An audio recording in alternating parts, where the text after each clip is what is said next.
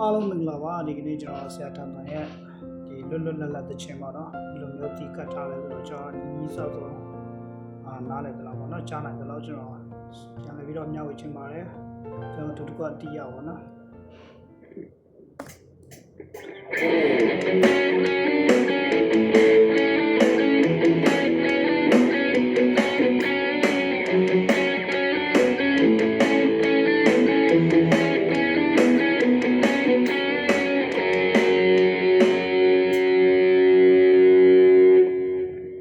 โอเคဟုတ်ပြီဆိုတော့ဒီတခြင်းက A key ဖြစ်တယ်ပေါ့နော်ဒါပေမဲ့သူကတော့ minor နဲ့စတာပေါ့နော်သူရဲ့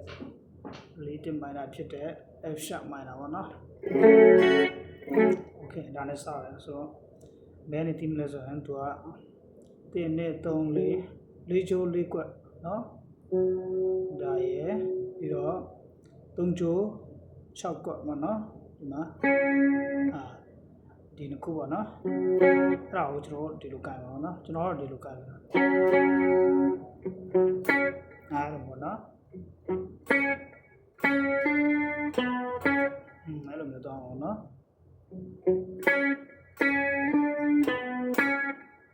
ပြီးတော့ဒါ F sharp minor တော့ပေါ့နော်ပြီးတော့ A ကိုပြန်သွားမယ်နော် A လည်းဒီမှာငါးချို့ကျွန်တော်တီးပေးရမှာနော်နည်းနည်းဖမ်းမြုပ်လေးပေါ့နော်ဖမ်းမြုပ်ပုံစံလေးပေါ့အဲ့လိုပဲနော်ပြီးတော့ E ရတော့ဒီမှာ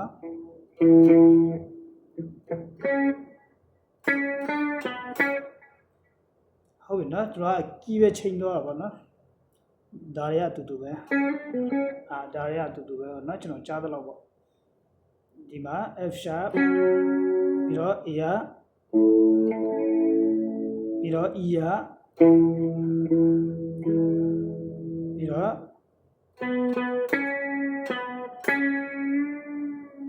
အဲ့လိုမျိုးပါနော်အဲ့လိုမျိုးဆွဲမယ်ပေါ့နော်နည်းနည်းကျွန်တော်နည်းနည်းလေးပြန်ကြည့်မယ်